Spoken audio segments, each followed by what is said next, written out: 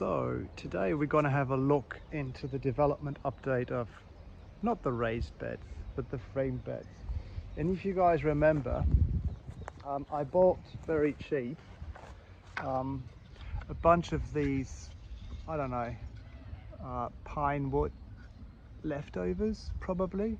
Some of them are having a little bit of bark type surface. Most of them are clean cuts though. I wonder whether they're from a sawmill and they're just leftover pieces and they cut them into these.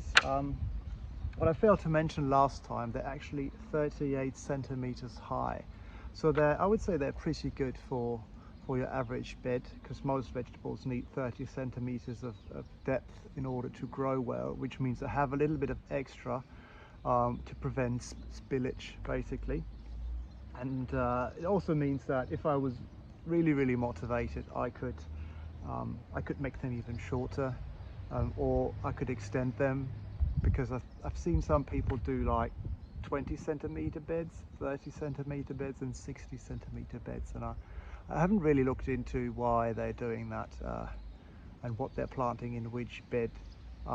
I guess there's something that roots even deeper or prefers to, maybe, you know, carrots or other radish types. I don't know, something to look into for the future. But just, you know, giving you a glimpse of what I've been doing. One of these here at the front, that's about 8 meters, and I have another 3 of those layered over there, and then over there I have some end bits. In total, this whole thing is about 36 meters, and that's going to be my first corner bed. It took me quite a while to do. Obviously in the beginning I first had to figure out what's the best way of doing it, because I'm doing everything out of this material. Like, I'm having the actual frame, then as you can see here, and ignore these loose parts, they're just for me to help putting the next layer on, not doing any scratches. Not that the plants would care, because my screws are a tiny little bit too long, so they stick out about maximum ½ centimeter, because these wood pieces have different thicknesses, and it actually, interestingly, screws that are shorter cost more for some reason, at least where I'm salvaging them, right? So I decided to use these, and I actually decided to use screws because they would be reusable, where nails most of the time are wasted. Even though the initial investment cost would be lower, the screws at least I can use, you know, a number of times if I need to build something else with the same material. And I did that around the chicken coop. The chicken coop actually had been, you know, a greenhouse, and the materials had been used for something that we called the cat tower. Yes, it was meant for cats to lounge on and climb on and so on, but I've reused both the beams as well as the screws to build an outdoor chicken run, you know, like pretty much a chicken tractor. And then I tore it apart again to build like a permanent chicken fencing structure. So I want to keep that into account when I you know, factor that in when I do these types of things. Like, reusability is a key element, and screws are very reusable. So I've also created, you know, these actual framing elements with a little bit of overlap, and this is what holds the whole thing together. And of course it's a bit flimsy, because me moron is making like 9-meter long beds to maximize the usable area per meter of wood used. I've made a design, I'll show you that another time, and you'll get to see it as we will get along with the actual construction. And I might still cut some pathways in, even though from a design perspective they're not necessary. It might just be convenience for access, which will have me put or give up another ½ meter somewhere in order to make an access road. And also, because it's very flimsy, I made these cross beams out of the same pieces of wood. They're actually fairly stable. I must say, and they're there, you know, I'll put them in every 1.5 meters, every 2 meters along the long ones. At least that's what I'm planning to do. I'll see if that's going to be necessary or how much is going to be necessary to make it reasonably stable in order to hold it together properly so that whole thing doesn't fall apart on me. And the outside, you can probably see here that the color is slightly different. I've used some linseed oil in order to protect the wood, which should hopefully make it last 5 something years.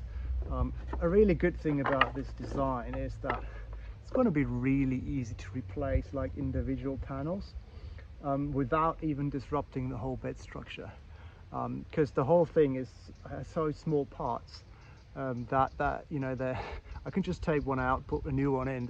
They're pretty much exactly the same width. Sometimes there's slight variations, but I would always be able to find one and that I can Lego puzzle piece into this in order to make it work, which means when it comes to maintenance at some point in the future, this should actually work quite okay.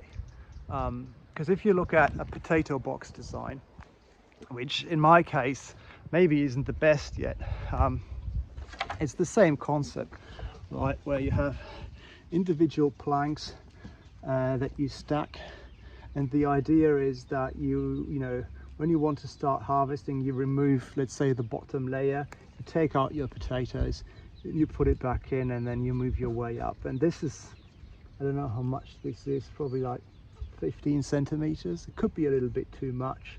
The whole thing might fall apart when I take them off, so maybe I'll have to halve them again. But this is the first time, so we'll see if it actually works or not. Hi Yuki. Want to say hi, Yuki? I've all seen Yuki. Yeah, I know.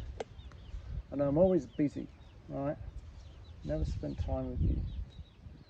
I love you though. Do you love me? I love you. Here he comes. Anyway, so that's that. Looks pretty, and for assembly I will actually take it apart again, because the one element as such is not movable by a single person, and also it doesn't really have the stability. You can like turn it around, it feels a bit like a roller coaster when you do that. So you do it on one side, but then the other side comes a lot later, because you know the torque has to pass on through the design. Get out of my beds, are ya? Yeah, you. No, there's nothing there for you. Go play with the chickens. Yeah. And then I'll reassemble them in their specific location. It's getting a bit late today, so I probably won't be able to do that today, but I hope I'll be able to do it tomorrow. And then we should be having our first bed frame structure around this section. So I'm taking the outer part all the way from here, from where the tomatoes grow, to the edge of the bed structures. It's about, sorry, it's not about, I used to be a computer science. It's 8.75 meters. Same alongside this. And then I have the inner frame that connects with it. And obviously the plan is then to relocate some of the plants which are perennials or biennials or even longer, to move them into these frame structures, because most of this section here is actually empty, and then move into those beds and continue. I will have enough material probably to also do this first part of the intersection, to basically get a quarter of the bed structure done. However, I do have some things growing there still which will be in the way, that I have to somehow work with. And obviously if it's something that's just fruiting or that's still carrying a lot, I don't want to disrupt. Where the brassicas here, they're mostly just produce leaves which I feed to the chickens. So here it doesn't really matter, plus they'll be happy about any change that I will apply to them, so that shouldn't be a big issue. So that's the plan for tomorrow. And I'll make a short, and I'm not very good at short, I tend to talk, but I'll make a short video of that. The water filled again.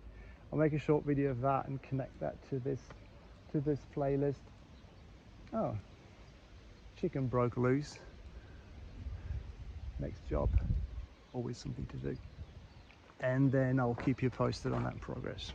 See you.